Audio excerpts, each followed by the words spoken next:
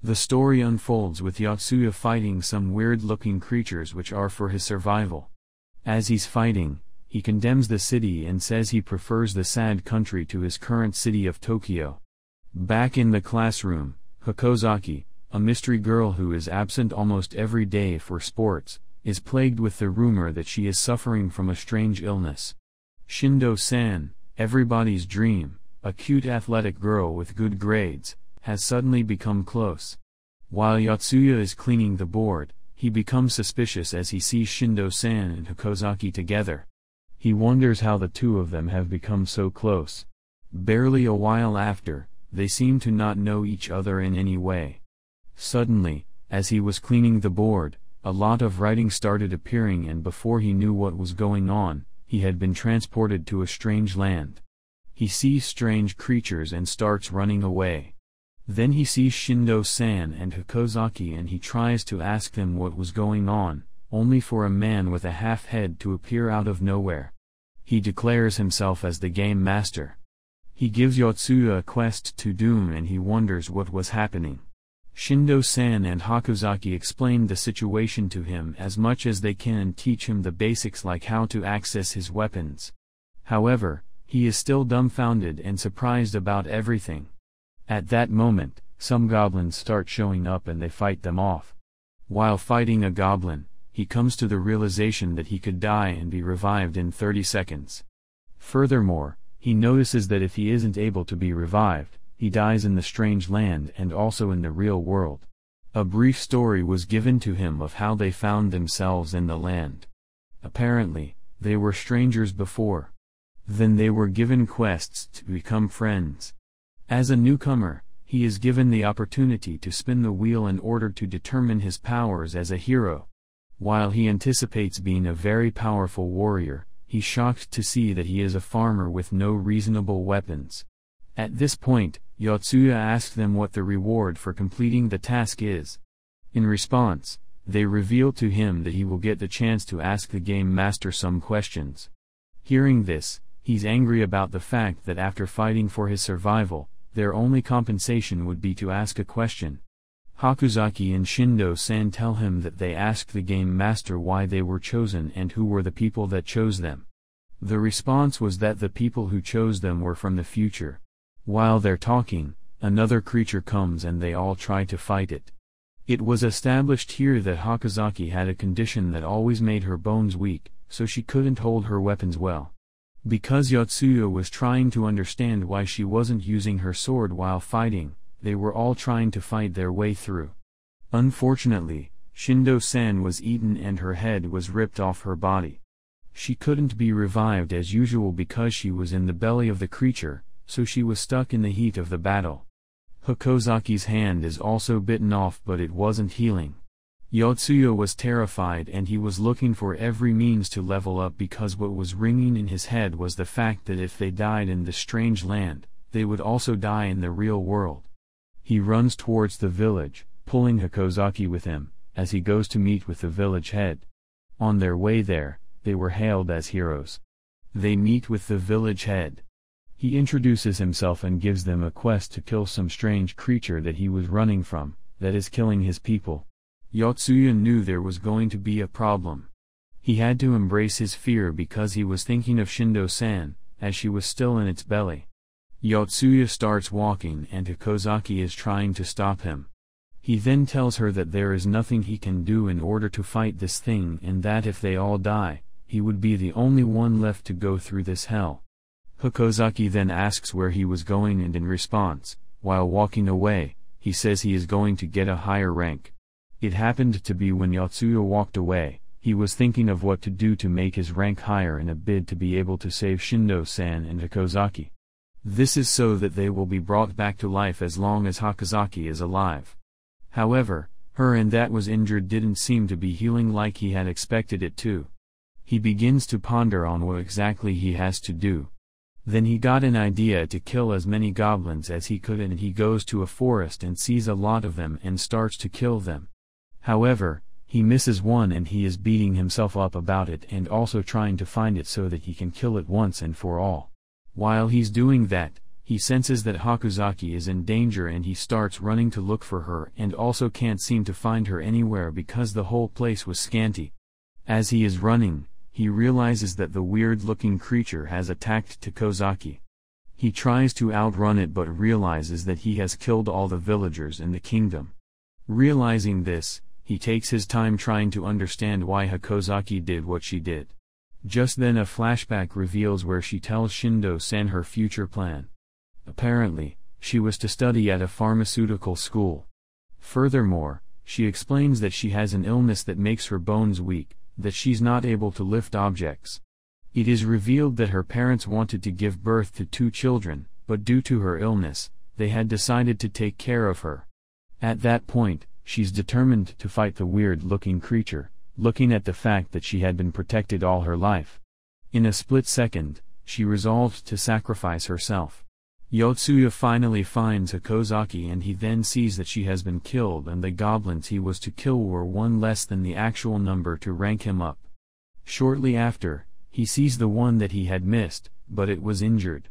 This allows him to use all he has in him to kill the goblin. After he kills the goblin, he realizes that he has been ranked a little higher and that it means more weapons for him. Although he was disappointed when he found out that his rank only moved from farmer to chef, the chef's powers granted him the ability to see through his thick skin. This means that he can see all the internal parts in the body of the creature. This allowed him to know exactly what parts to put the knife in that could weaken any creature he comes against. He stabs the creature in its stomach, making it feel pain and then hits it at the same time. So Shindo-san and Hakozaki are able to come out alive since the 30 seconds they had needed to come back to life had elapsed. After they were revived, the 3 of them joined forces to fight against it, but Yotsuya devised a plan that would help to kill it faster. So they all started jumping due to the weight of this creature.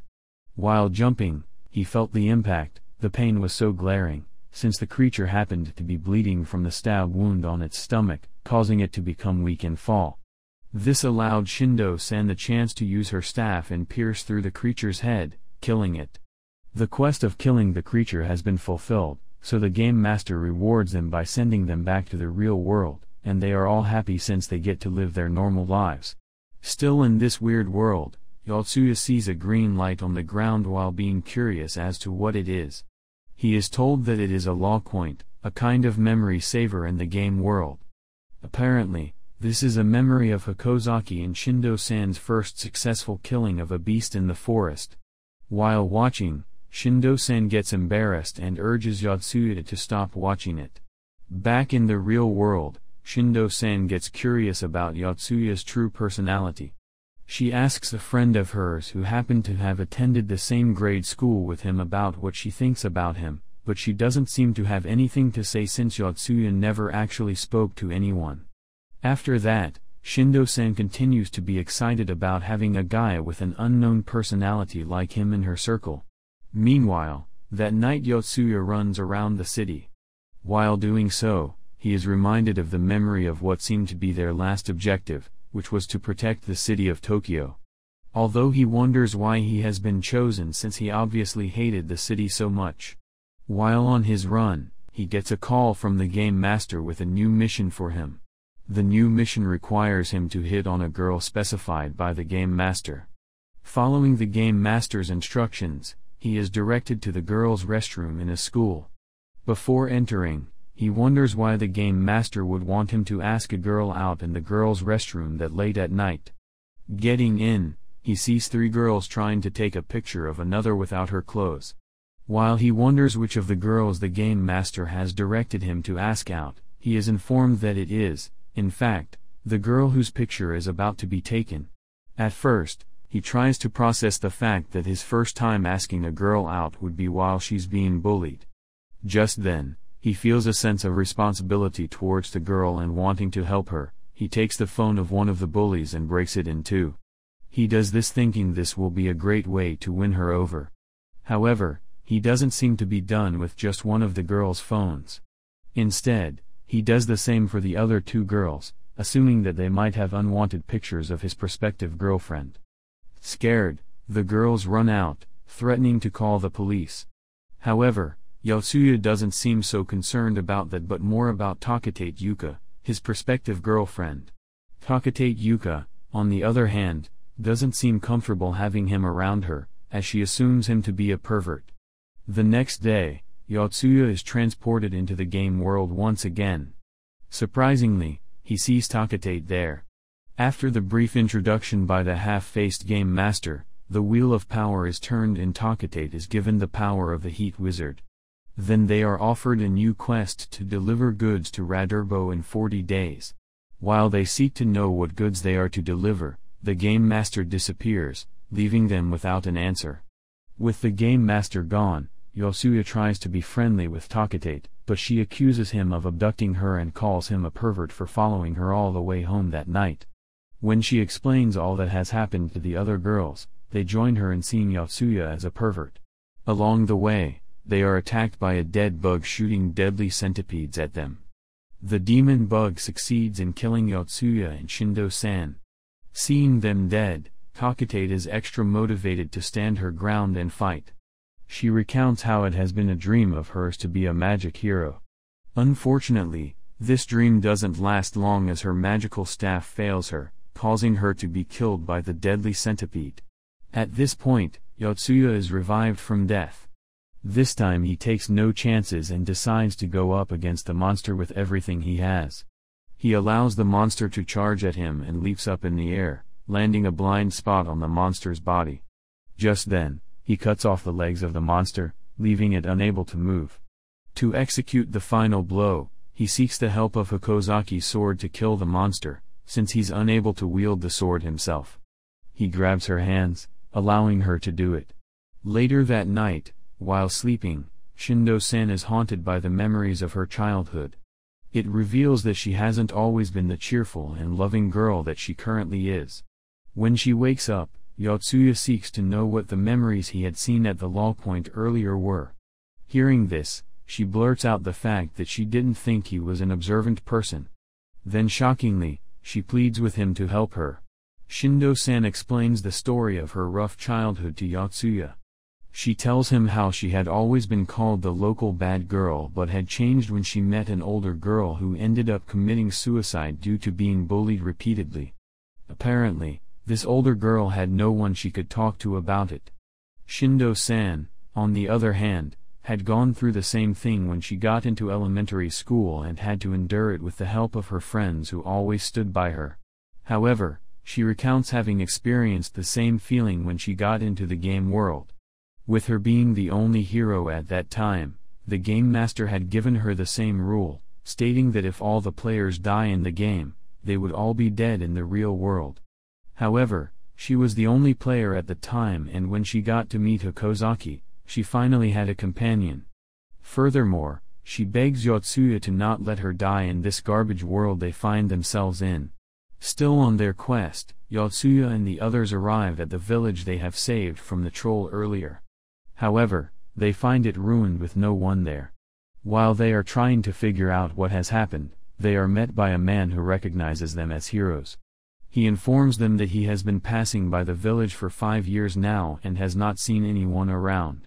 At this point, Yotsuya realizes that the time in the game world definitely moves faster than the time in the real world. Since they had come to the village in hopes of gathering information for their quest, they decide to ask the man if he is familiar with Radadoro. Shockingly, they are informed that Radadorbo is on the edge of the continent, miles away from where they currently are. However, he informs them that they can get there in 30 days with horses but would need 3 times that long to get there on foot. This makes them realize that they have been given an impossible task. Meanwhile, Shindo-san pleads with the man to give them his horse for the trip, but he declines. On the other hand, he informs them about a martial arts tournament coming up in a nearby town of Cordenau, with the award for the winner being 3 horses. After the man leaves, Yotsuya is pleased that they now have a means of going through with the mission. However, he urges them to go through the forest and level up in order to be strong enough for the tournament. While walking past the bushes, Yotsuya notices a sudden movement and urges them to stop. Just then, they are attacked by human bandits. Ready to fight off their attackers, Yotsuya cuts one of the bandits, causing him to have his experience reduced. This makes them realize that they can't attack the humans and would have to flee. However, Shindo-sen stays behind to fight them off. On the bright side, Yotsuya, Takatate, and Hikozaki get to safety with Shindo-sen nowhere to be found. Realizing this, the girls are worried and seek to go back and save her. However, Yotsuya doesn't believe that it is the best way to save her. Instead, he tells them to join him in completing the quest, which would ultimately save them all. Seeing that the girls are insistent on saving Shindo-san, he comes to the conclusion that they split into two groups. While the girls go to save Shindo-san, he proceeds to fight in a martial arts tournament in a bid to get the horses they need. Shortly after they go their separate ways, the girls are captured by the bandits. Meanwhile, Yotsuya advances towards the tournament and kills some goblins along the way in a bid to level up. Fortunately, he gets a chance to spin the Wheel of Power one more time, and this time is given the power of a wizard creature. While he finds his new powers not what he wants, he has no choice but to make do with them. At the tournament, Yotsuya is placed to fight against Kaval the Knight, who finishes him off in 5 seconds. When he returns to life, Kaval is pleased to see that he has returned. Although he is embarrassed that he was defeated, Kaval seeks a favor from her and asks to be given the horses for the trip. However, it doesn't seem to be as easy as he had thought it would be. As a worthy reason for them to consider his offer, he lets them know about the location of the bandits, which they seem to have been searching for a while now. However, he is told that if the raid is successful, he would be given just one horse. Hearing this, he is delighted, as this proves to be a glimpse of hope. Later that night, Yotsuya leads Kaval and the soldiers to the bandit hideout and executes a successful ambush. However, the bandits seem to have a trick up their sleeves. They release a berserker just before fleeing. Seeing the berserker, Yotsuya is terrified. At this point, Kaval draws out her sword, the Sword of Annihilation, and goes up against the monster. Unfortunately for her, the monster proves to be stronger, as it hits the sword out of her hands, leaving her unarmed. This provides an opportunity to strike her. Just in time, Yotsuya jumps in and blocks his attack, then he makes use of his power of persuasion, causing the berserker to look behind him, ignoring them. This allows him a chance to stab the berserker. However, his attempt causes it no pain and instead, it leads to his death. Then, Kaval leaps up and cuts off the monster's head with a sword. When Yotsuya wakes up, he goes to meet the girls who thank him for saving them. After that, when he informs them that he lost the tournament, they get angry. Just then, Kaval provides them with a solution. She demands to be given an extended leave, allowing her to travel with the horses and giving them the horses that they so desperately need. However, she gives them 2 conditions, one being that they give her the only horse they have, and secondly, that they allow her to train them for a sword fight. With every